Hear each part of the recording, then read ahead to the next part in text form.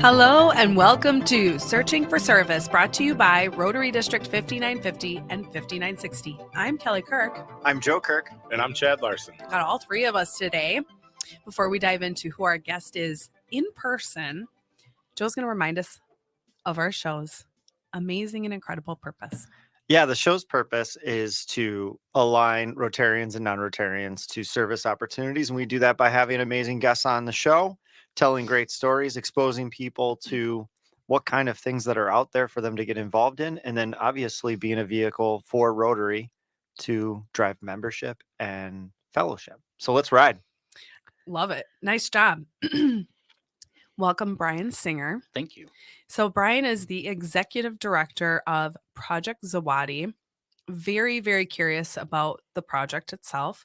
Before we dive into that, though, I always like to get to know our guest. And as a reminder to our listeners, we have somebody in person. It's always so nice to have somebody in person.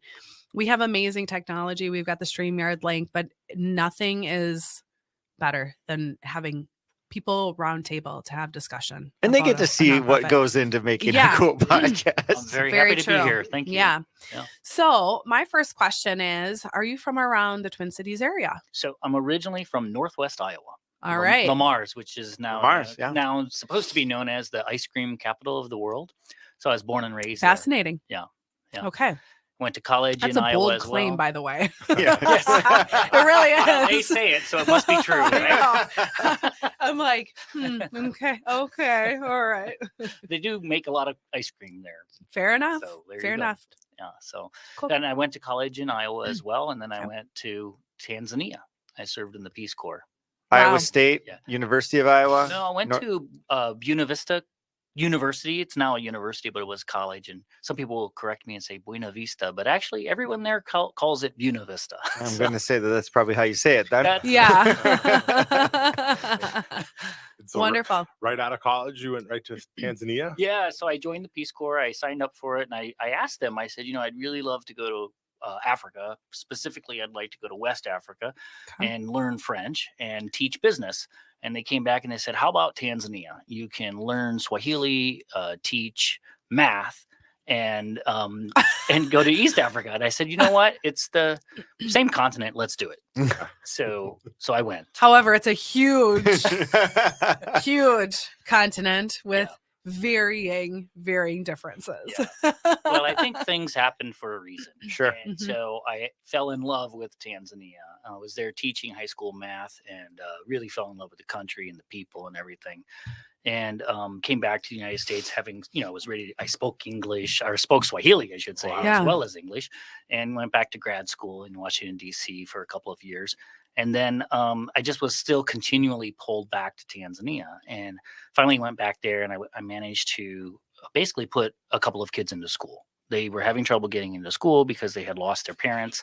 And so I managed to cobble together some funds that some friends gave to me and put them into school. After a short time, and I was raising a little bit of money and people were donating generously, somebody came to me and they wanted to make a donation, but they wanted it to be tax deductible. Yep.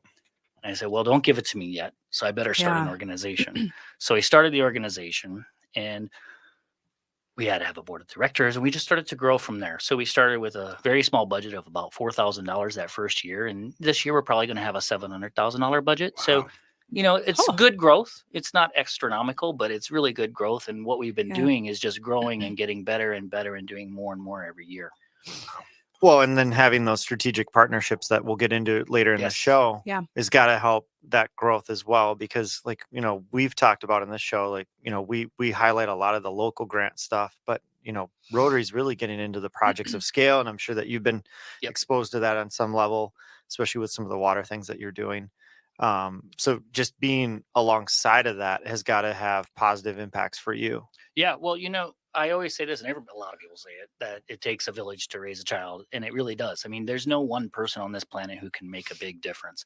But together, when we're all walking in the same direction, we're all doing the same things, we're all trying to do something positive. I think that's where the real power comes in, is in collaboration and working together with others. There's no other way to do it, really. Yeah. And so that has taken us a long ways, and we have lots and lots of collaborations throughout the years. Can you teach us some Swahili? Sure. Can you say it takes a village in Swahili? Oh gosh.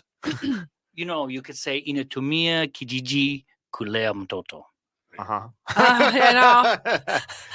How long did it take you to So when I first got there, I didn't know one word. Yeah. And then for the first 3 months, the Peace Corps gives you a really great intensive sort of immersion into the language. I was living with a family and they didn't speak English. So I was really forced very quickly to learn some Swahili. Yeah. Cool. And great instruction as well. So I would say after about 3 months, I was able to get by. Yeah. I could go to the market and buy vegetables and I could do, various things, get public transportation. And then I would say after about 6 months, I was really starting to feel comfortable and I kept working really hard on it. And I would say after 9 months, I was able to listen to the radio and get my news in Swahili. Wow, that's quick. That is. fast. Well, Swahili is a wonderful language. It's a really easy language to learn. You know how every rule in the English language has rules that are broken? Yeah. Our English language is absolutely silly. Yeah, it is. But it's so silly. But almost like rules in Swahili are never broken. Okay. All of the words are phonetically pronounced. Mhm. So it's just really an easy language to learn. Now, you still have to work hard. I mean, there's still a big vocabulary to learn and all that, but it's a great language. I really love it. Does Swahili, are there dialects of Swahili, or is it just like you mentioned, it's just kind of so straightforward? For the most part, Swahili is the same. In Tanzania, there's one Swahili. Kenya the Kenyans speak Swahili, and it's a little simpler form of Swahili. So there is some dialect there. They mix in a lot more English because they know a lot more English. Mm-hmm. And then in Uganda and the Congo and Rwanda, they also speak some Swahili, but it's kind of a little more broken. It's not good. Tanzania itself has about 130, 140 languages. Wow. So you can imagine across the continent of Africa, there are probably hundreds and thousands of tribes. And they drew these lines to create Tanzania, create Kenya, and create Rwanda. But inside of there are individual tribes. Okay. And for a long time, they saw themselves as independent, but they had to be united as a country called Tanzania. So in Tanzania, there are like 130 individual languages. And many of them are not entirely different from Swahili, but they're distinct from it as well. They're a part of the language. They're part of what's called the Bantu language. Very cool. Yeah. Wow, we could spend a whole podcast on language. I know. Yeah, and I love Swahili, so I could overdo it for sure. So I actually do want to take a step back though, and because our show really is centered around serving, right? And so for you, did serving start fairly early on in life, or was it I guess maybe a better question is what drove you what was the motivation behind joining the Peace Corps? So if I go way back to the beginning of time, I was in first grade when our teachers gave us these little we had milk cartons, milk breaks, you get a little milk, and the carton itself had this here's how you fold it, and you put a slice here, you tape it here, and then you can drop your coins in there and it will go to Mother Teresa.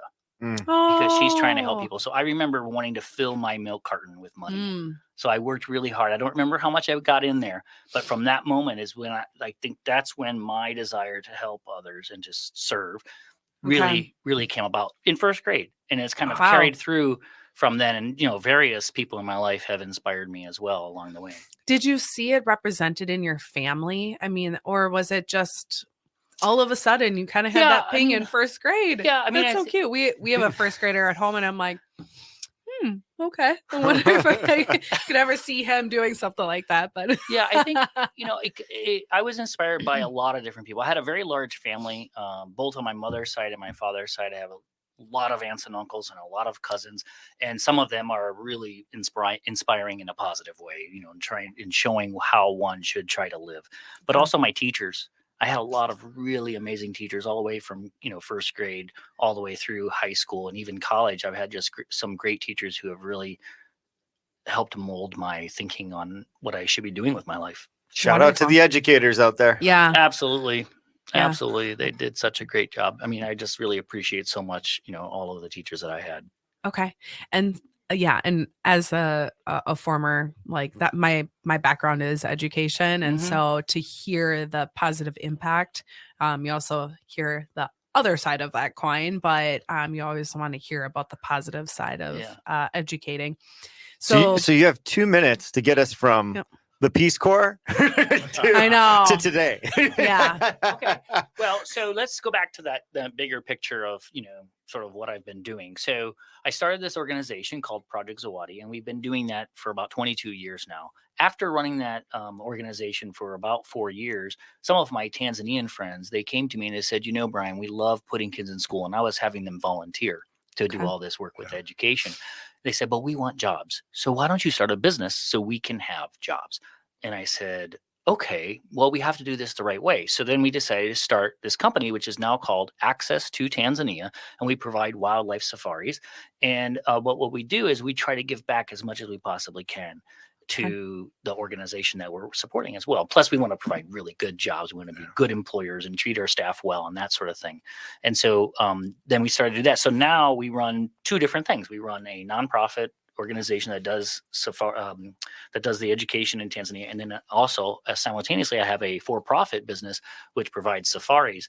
And one of the big bonuses that we hadn't really thought about when we started the business was that many of our customers would turn out to be big supporters of the nonprofit. Sure. Yeah, it's obvious now, but I didn't see that coming. And so all of a sudden now we have a pretty large number of people who support the organization because they were our customers as well. Well, and look at that. That was our connection to. That was our connection to here. Yes. So look at that. We did Beautiful. it. Nice we got job. all the way here. But I am excited to dive more into that and then Project Zawadi as well. So thanks for that little segue in. It was impressive. It was.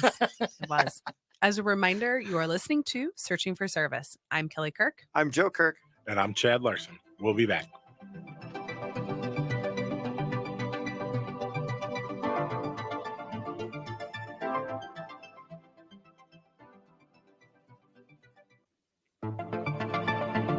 Hello and welcome back to Searching for Service, brought to you by Rotary District 5950 and 5960. I am Kelly Kirk. I'm Joe Kirk. And I'm Chad Larson. As a reminder, you can find us on your favorite podcast platforms. And your support is everything. It helps grow our show and channel. And you can find us by looking up Searching for Service on any of those platforms. We love 5-star reviews. You can like, share. We're also on YouTube. We appreciate your support. Nailing it. We're just nailing it. I love it. So we have an in-studio guest, Brian Singer. He's the executive director of Project Zawadi. Happy to have somebody in person as well. It's amazing. And access to Tanzania. Great to be here. Yeah, So thank you. We talked briefly, about the start of the Project Zawadi. Mm-hmm. Tell us more about what you guys do as an organization and how it's grown over the years.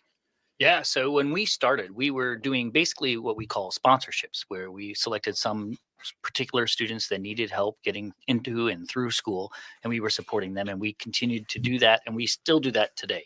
Right now, we sponsor about 300 students as we speak. They are in school, and we're supporting them in their endeavor to go through school. But as we got going, we realized we should probably build up the infrastructure of the education system as well. So we started to do some work constructing things that are needed, like classrooms or teacher housing.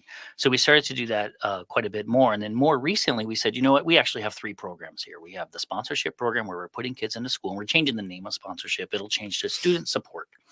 And then we have a model schools program. We have selected 4 government-run primary schools, and we're providing them with all sorts of support, from teacher housing to desks and classrooms. We're also doing water and food projects, farming, school leadership projects as well. And then the third program is Tend to Teachers professional development program. So we realize teachers in Tanzania, oftentimes their classrooms are filled with 120, 130 students. How do they handle that? So we're going in and we're providing them pretty innovative training and support on how to handle a large number of students and what can they do to make the learning more student-centered. Did you teach them all magic? Like it would be nice. Yeah, it would be great. But we teach them how to get all Here's the your kids magic engaged wand. at one time. Yeah, it's really hard. But one great example of it is like what is called think, pair, share. So a teacher could ask a question like, well, who do you think were the top 3 leaders in African history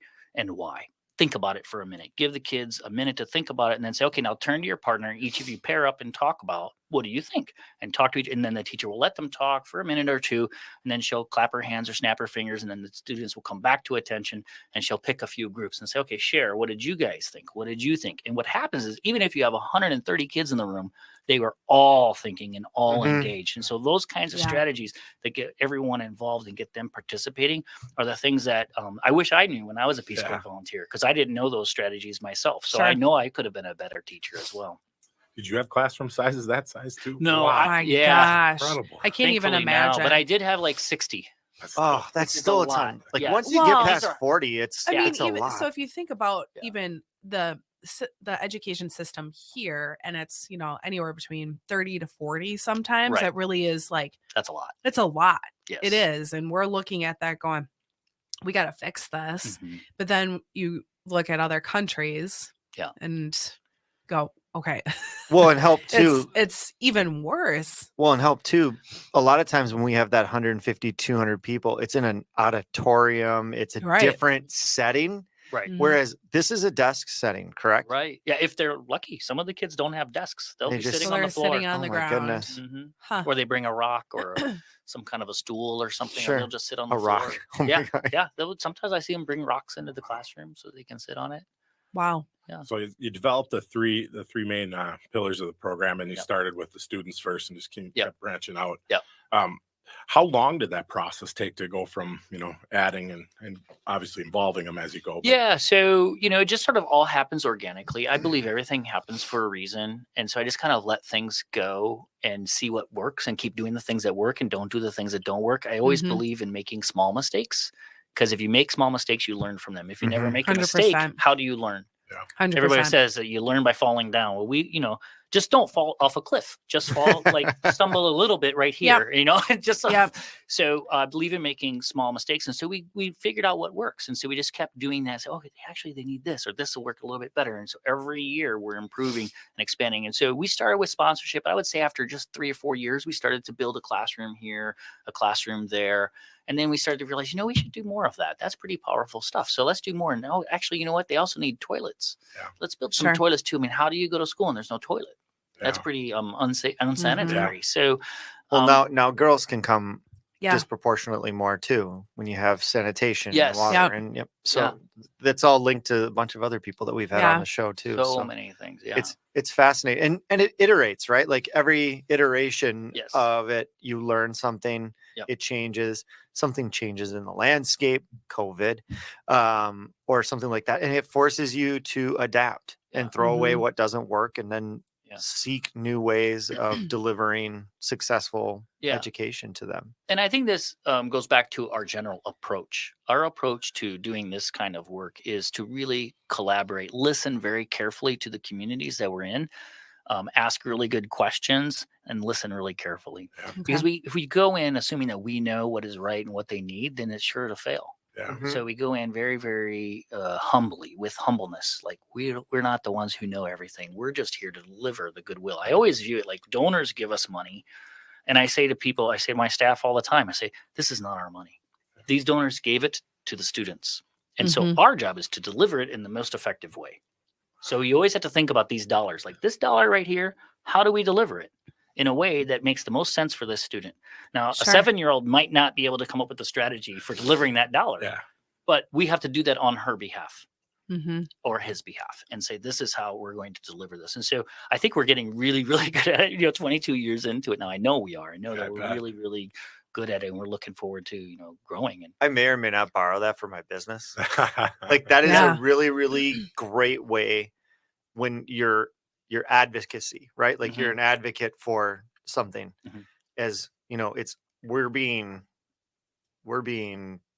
put in a position to make sure that we're supporting these people. Like the outcome, you're being outcome driven versus whatever your preconceived notion of whatever you think they need versus, well, what do they actually need? And then how do I just deliver that? Yeah, that was a really great piece of advice. I was like, that's really great. How often are you going over there? I'm going in less than a week. I leave on Wednesday, and I'll be over for 2 weeks. I go 2 to 4 times a year, unless there's a global pandemic. Yeah. That throws a wrench in it. It sure did. Well, it's got to help that you're there a lot too, especially you're uniquely positioned from having taught. Yeah. Being able to speak the language to Yeah. I'm sure it really helps being there. Do you still have a lot of the relationships that when you first started? I do. I met so many wonderful people, and I have a lot of new relationships as well, of course.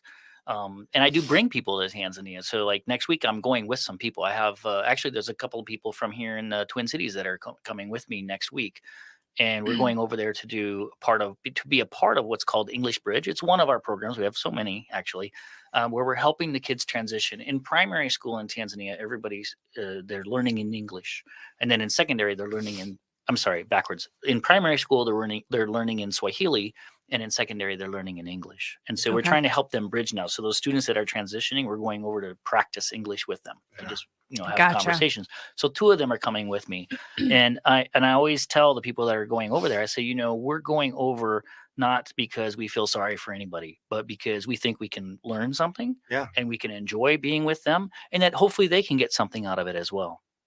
Yeah, I gotta like that's really interesting that their primary school is done in Swahili, and then secondary. Do you see it a lot where there's a fall off, or there's a lost in translation between the two? Because I mean that's got to be really frustrating for the students. One of the biggest problems in the country. I think it's easier to learn language younger. Yeah. It's a very big problem there. You could talk about the history of Tanzania and why they did that, but it's their country, it's their government, and they decided to do that, and they had good reasons for doing that, really good. And what it was is unity. I mentioned all the different languages, 140 languages. When they first tried to unite this country, they didn't all speak Swahili. They all had their tribal languages. So to unite this country into one, just unite this piece of land into one country meant figuring out how to get those tribes to like each other. Makes a lot of So unifying them with Swahili was their first president's way of doing that. In other countries, they chose, like Kenya chose English, but it was harder for them to feel comfortable around English and have dinner with somebody else in English. They felt more comfortable just having dinner with people in their own tribe. And that's how tribalism could stay a part of the daily culture, is that people are just separated because of language. Okay. Wow. That's cool. That's interesting. Yeah, it's interesting. That made me think of about 20 different other subjects. Yeah. We've talked about water a little bit. So have you worked with Rotary on some water projects? Yeah, we've worked with Rotary a few times, actually. In fact, I had a Rotarian on my staff for quite a while, and then she retired. Vicky Dilly in Northfield, probably people will recognize her. She's very popular and does a lot of great work, especially with the International Youth Exchange. Yeah. Okay. But most recently, we partnered with 11 Rotary clubs from all over. I think we had one in Germany, a couple over in Europe, and I think one in Canada, several in the United States. And then there was a Rotary club in Tanzania called the Igoma Rotary Club. So we had about 12 total Rotary clubs got together, put in some money, and then got some global grant. I think it's called a global grant. Yep. And we raised, I think we ended up getting about $100,000. Wow. And we're able to partner with Project Zawadi's already put some money into those projects. We had already drilled the boreholes at 2 of the schools. And so then the Rotarians came in and built up the system to pump the water out of the ground, put it into these large holding tanks, and then spread it out into the community. It's a solar powered program, so it's very, very low cost to keep it running. And the communities there are benefiting immensely from it. But the partnership with the Rotary clubs was really fun. Really, really positive. It goes back to the whole thing. It takes a village. Like nobody can do any of this on their own. It takes everyone all together. And even like just changing, like if you asked me earlier, like why did I start to feel like I wanted to serve? It wasn't just one person that did that to me. It was like a whole bunch of people in my life, from my aunts and uncles to my teachers and everybody else, who just kind of like all those influences affected me in some way that results in what we've got. But it was Mother Teresa that got you. It was Mother Teresa was the first. Teresa. She gets the credit. We've got to get out on this segment, but we'll continue this on the next one. Go ahead, Kelly, take us out. You're listening to Searching for Service. I'm Kelly Kirk. I'm Joe Kirk. And I'm Chad Larson. We'll be back.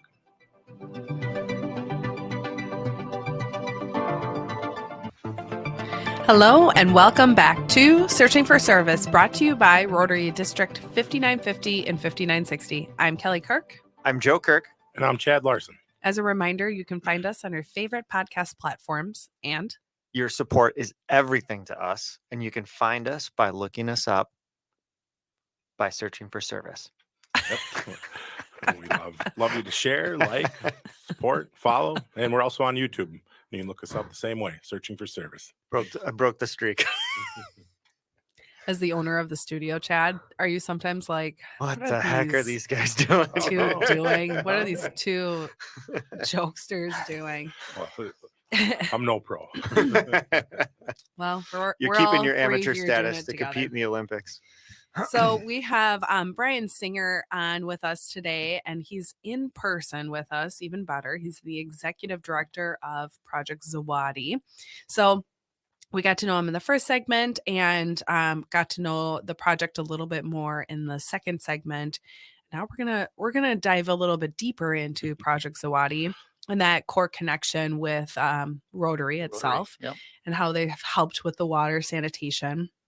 So I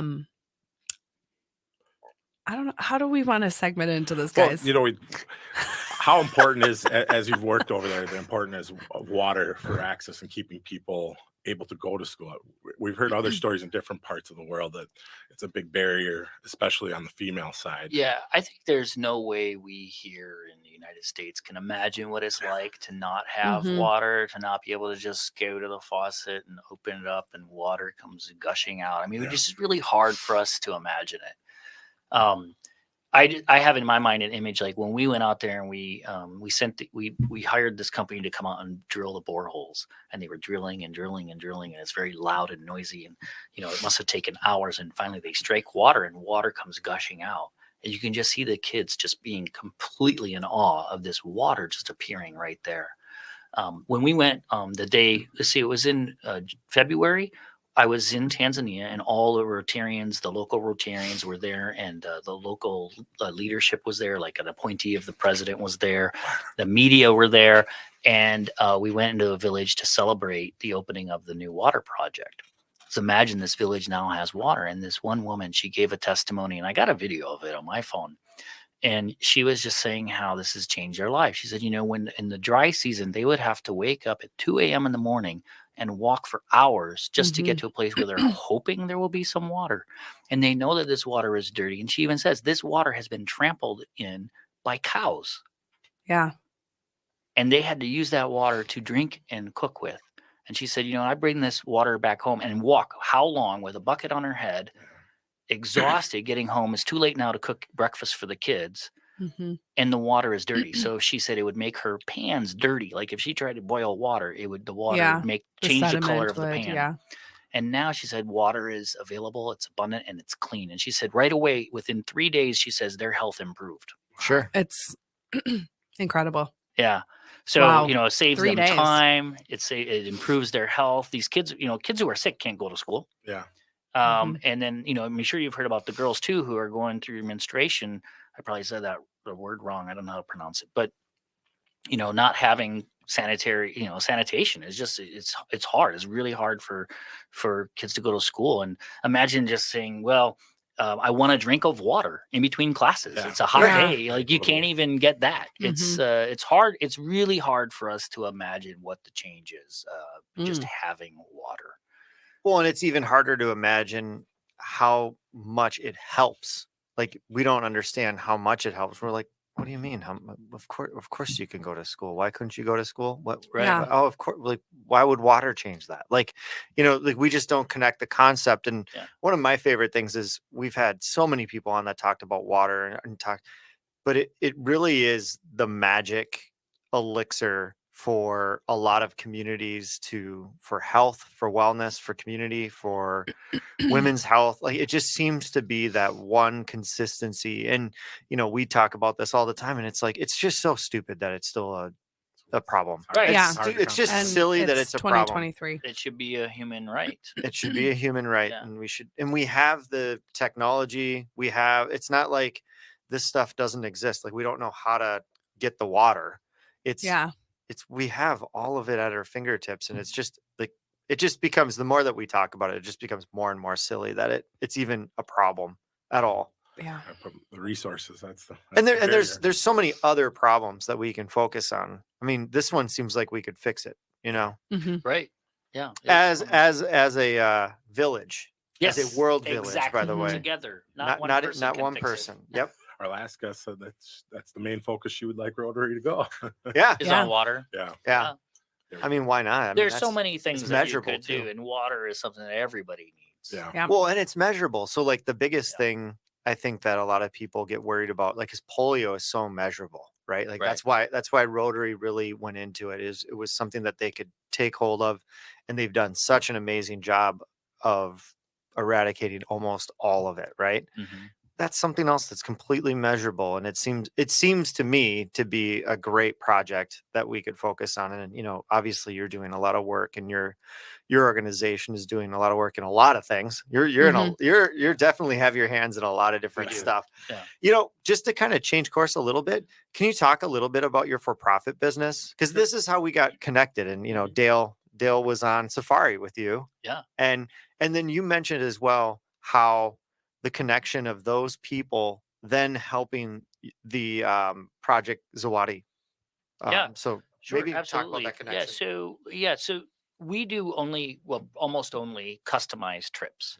So anybody who wants to go, they call, we talk to them and find out what their interests are, what time of year they might want to go, what kind of places they like to stay, because these can be high end, right? Some can be like 5-star luxury, or some can be camping, sleeping on the ground, which very few of our customers do. Most of ours are like stay on a bed, have a toilet and a shower inside the tent or inside the room for sure. Exactly that. A little bit of the creature comforts. So we definitely offer all of that. And so people can do whatever they want. But we also try to add in time for people to go and visit a village or visit a school, especially the schools that we're supporting, which, by the way, the schools that we're supporting are pretty far away from the main circuit. So if you go on safari in Tanzania, you have to really want to get out to this village, which is where I was stationed when I lived out there.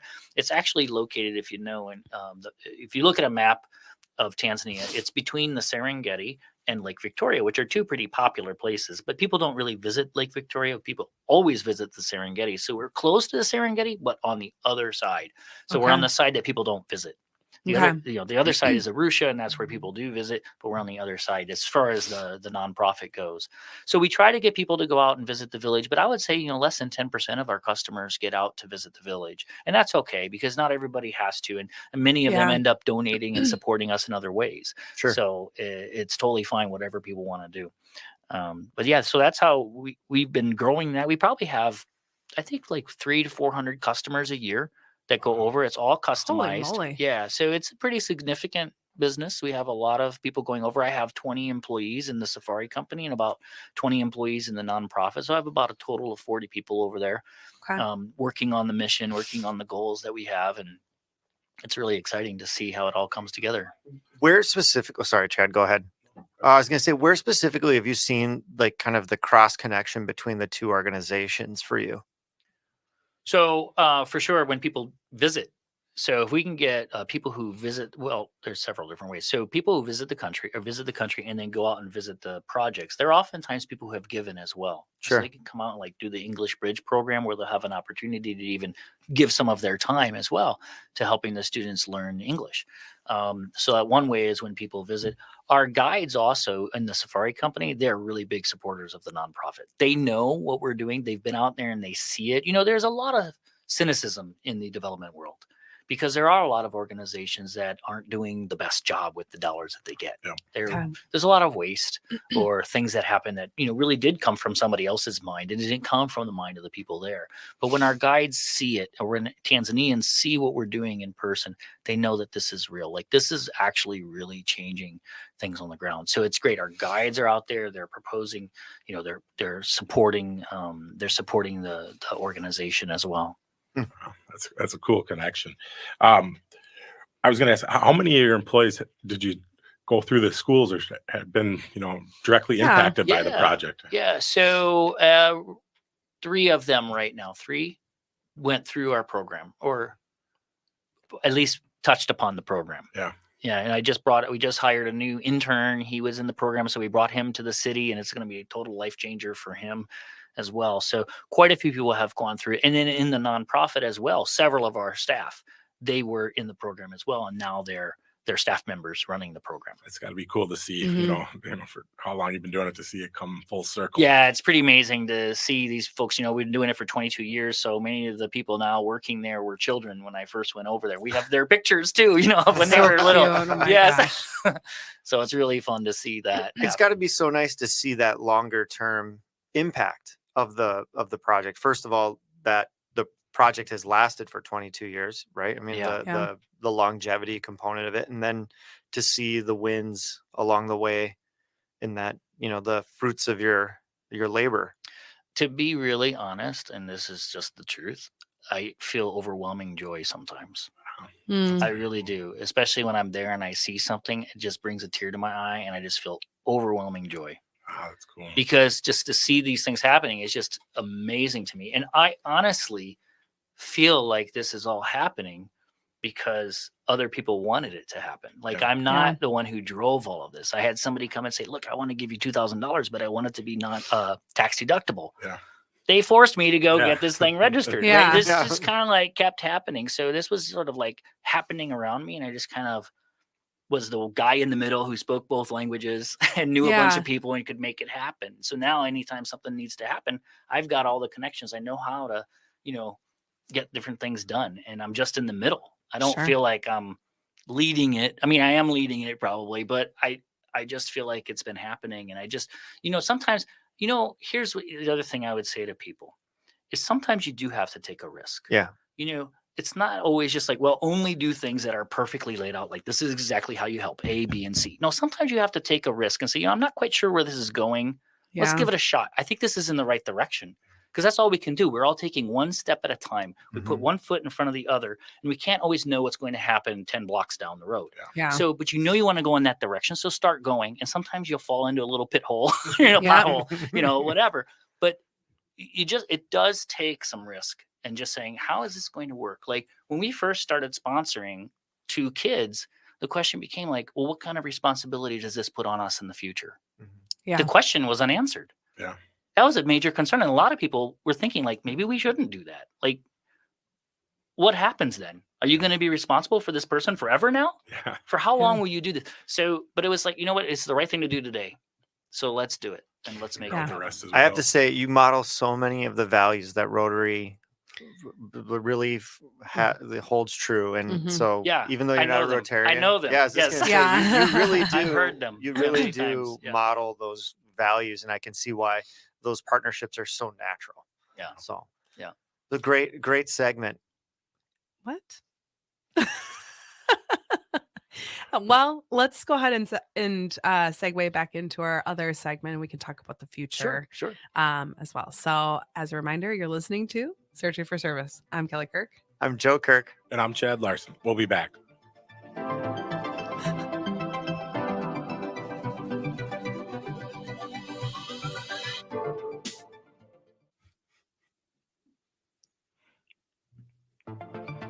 Hello and welcome back to Searching for Service, brought to you by Rotary District 5950 and 5960. I am Kelly Kirk. I'm Joe Kirk. And I'm Chad Larson. As a reminder, you can find us on your favorite podcast platforms. And we love your support. And you can find us by looking up Searching for Service on all your platforms.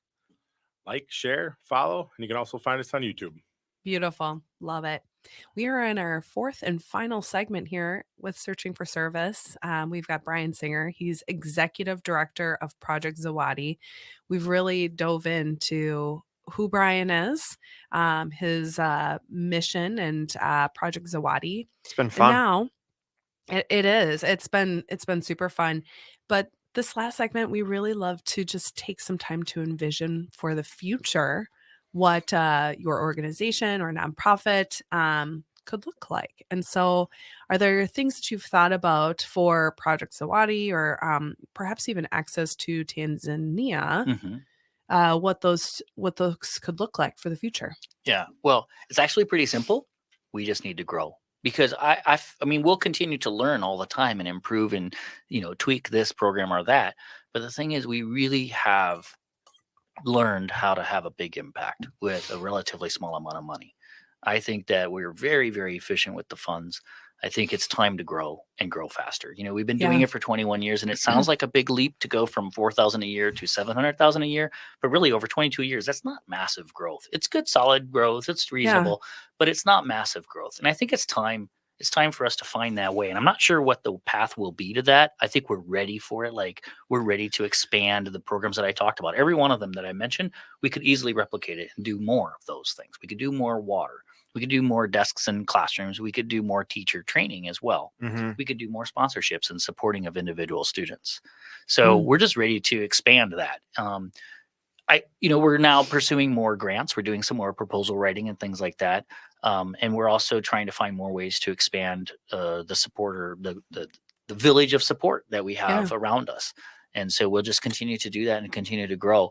I think that the big thing that will happen for us nationwide in Tanzania will probably be centered around the Tenda Teacher Professional Development Program. That's the one that is the most easily replicable, and the government of Tanzania is ready to sign a document with us and to approve our platform and what we're doing, and they're ready to see us expand that even further. Right now, we're in like 40 some schools, and we're working with like 400 teachers, and we want to triple that, maybe triple that, and even quadruple it and get even larger and larger. Yeah, we're in 46 schools with 439 teachers, over 30,000 students impacted. So many students for teachers. Yeah, I know, it's a lot. Yeah, it's so many, but so many. But we should be doing this across the country. I do think that this could really change, because part of what the Tenda Teachers program does is it teaches teachers how to get their students to think. And if everybody starts thinking for themselves and starting their own businesses or pursuing what they want to pursue in life, it can change a lot. Because I think that development work itself, when you think of development work, is like, well, how do you assist a society or a group of people in improving their own lives? Make them curious. Make them curious. Make them, help them think for themselves and come to their own conclusions and pursue their thing, pursue their dream, come up with their own dream, and make a plan to achieve it. Because sometimes what happens in all parts of the world, whether it's Africa or anywhere in the United States as well, there are people who are down on themselves. They don't have belief in their own abilities. It's a psychological barrier to development that says to you, you know what, I'm not going to make this work, and so let me just go lay down. Let me go take a nap. Let me watch TV. And it's the people who have said, you know what, I think I can make a change, that they get up and they go do something. And so how do you make those changes happen in a society? There's no super clear answer for that, but I think it starts in schools. I think when you have young kids in school and their teachers are telling them, hey, think for yourself. What do you think you should do? I think that can make a difference. Absolutely. Yeah. It's a long-term difference. It's not going to happen today. But if you think 10, 15 years down the road, it's going to make a difference. Absolutely. We haven't asked this, but it connects with the future goals of growing. How can people support? How can they get involved with the project, or, just let our listeners know? Yeah, well, so the best way to first is just visit our website. It's www.projectzawadi.org. Zawadi is Zawadi. I'll add that in the description of the show as well. And we have actually a lot of information there. I've heard we have too much information, but it doesn't matter to me. If you want to read it, it's there. There's a lot of information there. Yep. And links to videos and our Facebook page and that sort of thing. And of course, there's a link to donate. And then people who want to volunteer, sometimes we keep a list of volunteer opportunities there, but also the English Bridge program that I mentioned, I think is a really great way for people to get involved and to come over to Tanzania and see it for yourself, and you really get motivated, because when you see it in person is when you really go, oh my goodness, this is real. This is really happening, and this is something I can support. Or if you don't want to serve, you can always just go on a safari. Yeah, you could do that too. Yeah, actually, and that does help. And then if you do that, then and then you might just start donating as well. Right. Yeah. You see what's going on. That's cool. Well, what else would you share with the listeners that they can take away? Something in their daily lives that would, the donating we talked about, but that kind of connects them to this idea and the project. Well, we also, we could do some sort of pen pal relationship. Sometimes we're actually playing around with that now, doing a little bit more of that, of having people just have this personal connection. I would say just going on online and finding people too. You can connect to people through, different social media outlets and learn more about different groups of people and find a way to get involved in just positive encouragement. I have a story about our program is changing the name. We're not going to call it sponsorship anymore. We're going to call it student support. And but we do have a pen pal relationship now that between this one girl, this one student, and her former sponsor. We're changing the name. They ended up writing back and forth, and the student, her attitude in life has changed. Wow. Because this person, the sponsor was writing to her and encouraging her, and just a real good interaction. That doesn't always happen. Yeah. Sometimes it's just kind of rote, just kind of like these letters that go back and forth are not as meaningful. But for that particular couple, they ended up they've developed a real close bond through letters. And so you never know. That is a really neat way some people could do that. You can find a way to support people from your home. That's really wonderful. How about you? What's your future and all of this look like? Yeah. Well, I think someday I need to hand this over to somebody else. I was going to say, you got to sail off into the sunset at some point. I can't. I'll probably want to be part of it until I can't be part of it anymore. But at some point, I would love to see Tanzanians take over. Yeah. I think we're a ways away from that, probably. But that's a cool goal. Yeah, but I think to have them take over. Well, what an exciting first step that you're kind of on the precipice of, right? Like of the government adopting your your template. Yep. That's the beginning, kind of a fun beginning. It would be really exciting is in a few years to have you back and to hear how that implementation took place and where you're at. And if you have 4X'd some of your things and all of that. or more. Yeah, and to hear what kind of, potholes and landmines you stepped on along the way. Yeah. Hopefully there's small ones. You know, but, well, most are, right? Yeah. Most are. Well, if you don't, small projects can only have small problems, I think, but yeah, that's for sure. Well-planned large projects can only have small problems. There you go. That too. Exactly. It's been fun. So in Rotary is going to continue to support. Is it both just with the water project, but also with some of the grants? Yeah. So we don't know what's next yet for Rotary. We have talked about it initially that we would do this first and do this really well, and we're pretty much wrapped up with it now. So I've gone back to the Rotary clubs and said, I'd like to give you a report, let them know how it's gone, and meet with them all, and then say, if you'd like to do more, we can go back to the drawing board and find out what other kinds of projects the Rotary clubs could support. Yeah. Well, and I don't know the details of how you get funding and things for projects of scale, but a countrywide I was actually thinking that educational initiative sounds like a really good, really, really good space to spend those project of scale dollars. Yeah. We talked about out there, that. People out there listening, if you're connected to that might be a nice connection to Brian. Yeah. That was going to be our first proposal through Rotary, was going to be for the 10 to teachers professional development, but we realized it was just a little too difficult to do that particular route. We thought, water is very tangible. Yeah. It's very easy to say, let's go drill some boreholes and put in a water delivery system, and that'll be great. And then we'll come back to teacher training after we've, solidified that relationship better. Yeah. Rotary's huge in sustainability.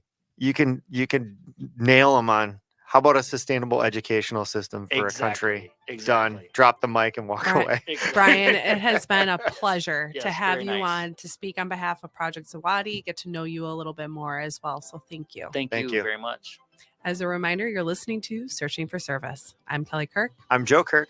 And I'm Chad Larson. It's time to stop searching and start serving.